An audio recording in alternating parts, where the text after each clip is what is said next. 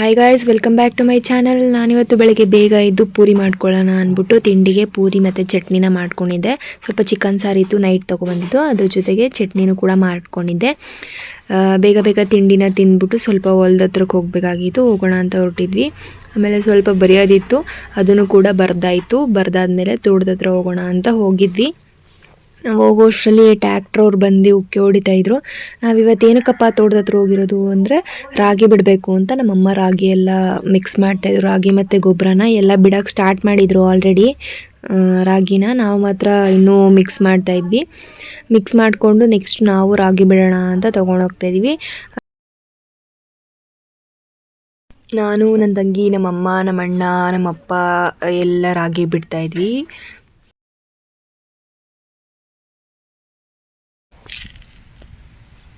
ರಾಗಿ ಬಿಡೋಕ್ಕೆ ನಾವು ಆ್ಯಕ್ಚುಲಿ ರಾಗಿನ ಮತ್ತು ಗೊಬ್ಬರನ ಮಿಕ್ಸ್ ಮಾಡಿಬಿಟ್ಟು ರಾಗಿನ ಬಿಡೋದು. ಹೇಗೆ ಬಿಟ್ಟಿದ್ದೀವಿ ಅಂತ ಕಾಣಿಸ್ತಾ ಇಲ್ಲ. ರಾಗಿ ಬಿಟ್ಟಿರೋದು ನೋಡಿ, ಇವಾಗ ಈ ಥರ ಎಸಿತೀವಿ ನಾವು.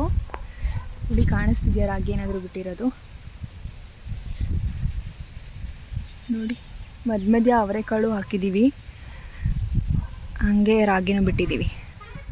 ಫಸ್ಟು ಉಕ್ಕೆ ಹೊಡಿತಾರೆ, ಆಮೇಲೆ ಉಕ್ಕೆ ಹೊಡೆದಾದ್ಮೇಲೆ ನಾವು ರಾಗಿ ಬಿಡಬೇಕು. ಮೊದಲೇ ಬಿಟ್ಟರೆ ಅದಕ್ಕೆ ಪಾರ್ಟಿಷನ್ ಇರಲ್ಲ ರಾಗಿ ಬಿಡೋಕ್ಕೆ. So first ಉಕ್ಕೆ ಹೊಡಿಸ್ತೀವಿ. ರಾಗಿ ಎಲ್ಲ ಬಿಟ್ಟಾದಮೇಲೆ ನಾವು ಚಿಕ್ಕಿ ಮನೆಗೆ ಹೋದ್ವಿ. ಕೆಳಗಡೆ ಸೊಪ್ಪು ಬೆಳೆಯೋಕ್ಕೆ ಅಂತ ರೆಡಿ ಮಾಡ್ಕೋತಾಯಿದ್ರು. ನಾನು ಆವಾಗಲೇ ಹೇಳ್ದಂಗೆ ಫಸ್ಟು ರಾಗಿ ಬಿಟ್ಬಿಟ್ಟು ಆಮೇಲೆ ಅದ್ರ ಮೇಲೆ ಸೊಪ್ಪು ಬೆಳೀತಾರೆ. ಯಾಕಂದರೆ ಕೋಳಿಗಳೆಲ್ಲ ತಿನ್ಕೊಬಿಡುತ್ತೆ ರಾಗಿನ ಅಂದ್ಬಿಟ್ಟು. ಸೊ ಆಮೇಲೆ ನಮ್ಮ ಚಿಕ್ಕಿ ಮನೆಗೆ ಹೋದ್ವಿ. ನಮ್ಮ ಚಿಕ್ಕಿ ಏನೋ ಕೆಲಸ ಮಾಡ್ತಾಯಿದ್ರು. ಹಾಗೆ ಅಲ್ಲೇ ಸ್ವಲ್ಪ ಹೊತ್ತು ಮಾತಾಡ್ಕೊಂಡು ಕೂತಿದ್ವಿ. ನಮ್ಮ ಚಿಕ್ಕಮ್ಮನ ಮಗಳು ಇರಲಿಲ್ಲ, ಎಲ್ಲೋ ಹೋಗಿದ್ಲು. ಅವಳು ನೋಡೋಕ್ಕೆ ಅಂತ ಹೋದ್ವಿ.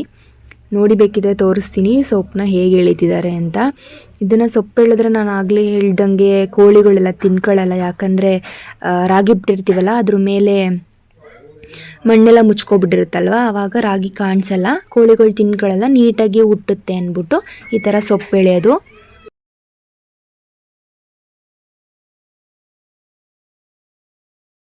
ನಮ್ಮ ಚಿಕ್ಕ ಮನೆಗೆ ಹೋಗಿ ತುಂಬ ದಿನ ಆಗಿತ್ತು ಅಂದ್ಬಿಟ್ಟು ಅವರು ಏನಾದ್ರು ಮಾಡ್ತೀನಿ ಊಟ ಮಾಡ್ಕೊಂಡು ಹೋಗಿ ಅಂತ ಹೇಳ್ತಿದ್ರು. ಸರಿ ಆಯಿತು ಅಂದ್ಬಿಟ್ಟು ಬೋಂಡ ಮಾಡಿದರು. ಬೋಂಡನ ತಿನ್ಕೊಂಡು ಹಾಗೆ ಊಟ ಮಾಡಿ ಅಂತ ಹಿಂಸೆ ಮಾಡಿದ್ರು. ಸೊ ನಮ್ಗೆ ಆಲ್ರೆಡಿ ನಾವು ಹೊಟ್ಟೆ ತುಂಬ ಹೋಗ್ಬಿಟ್ಟಿತ್ತು. ಹಾಗಾಗಿ ಊಟ ಏನು ಬೇಡ, ಬರೀ ಬೋಂಡ ಮಾಡಿ ಸಾಕು, ಅದನ್ನೇ ತಿಂತೀವಿ ಅಂದ್ಬಿಟ್ಟು ಬೋಂಡ ಮಾಡಿಸ್ಕೊಂಡ್ವಿ. ಬೋಂಡ ಮಾಡಿಸ್ಕೊಂಡು ತಿಂದ್ವಿ. ಆಮೇಲೆ ನಮ್ಮ ಚಿಕ್ಕಮ್ಮನ ಮಗಳು ಬಂದಳು. ಸೊ ಅವಳ ಜೊತೆನೂ ಸ್ವಲ್ಪ ಹೊತ್ತು ಆಟ ಆಡಿಕೊಂಡು ಹಾಗೆ ಮಾತಾಡಿಕೊಂಡು ಕೂತಿದ್ವಿ. ಡ್ಯಾನ್ಸ್ ಮಾಡೋ ನೋಡೋಣ. ಬಟರ್ಫ್ಲೈ ಮಾಡಮ್ಮ. ನನಗೆ ಬೇಡ ಬಂತ ಹೋಗಿ ಡ್ಯಾನ್ಸ್ ಮಾಡ್ಬೇಕಂತೆ. ನಾನು ಬೇಡ, ನಾನು ಮಿಡಿ ಕಡಿದ್ದೀನಿ. ಮಿಡಿ ಹಾಕೊಂಡಿದ್ದೀನಿ.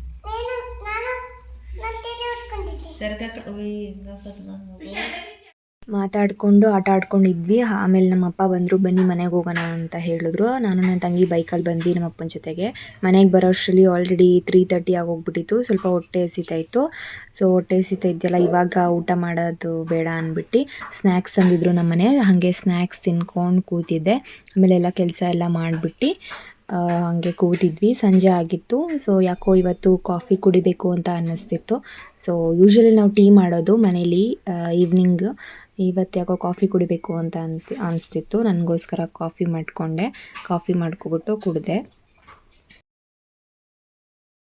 ನಾನು ಕಾಫಿ ಕುಡಿದು ಮನೆಯವ್ರಿಗೆಲ್ಲ ಟೀ ಮಾಡಿಕೊಟ್ಟೆ. ಅವರು ಕೂಡ ಕುಡಿದ್ರು. ಆಮೇಲೆ ಸ್ವಲ್ಪ ಹೊತ್ತು ಟಿ ವಿ ನೋಡಿದೆ ಕೂತ್ಕೊಂಡು. ಇನ್ನೂ ಟೈಮ್ ಆಗಿರಲಿಲ್ಲ ಅಂದ್ಬಿಟ್ಟು ಸ್ವಲ್ಪ ಹೊತ್ತು ಟಿ ವಿ ನೋಡಿದೆ ಹಾಗೆ. ಆಮೇಲೆ ಸ್ವಲ್ಪ ನಂದು ಕೂಡ ಒಂದು ವರ್ಕ್ ಇತ್ತು ಬರೆಯೋದು, ಬರ್ಕೊಂಡು ಊಟ ಮಾಡಿ ಮಲ್ಕೊಂಡೆ.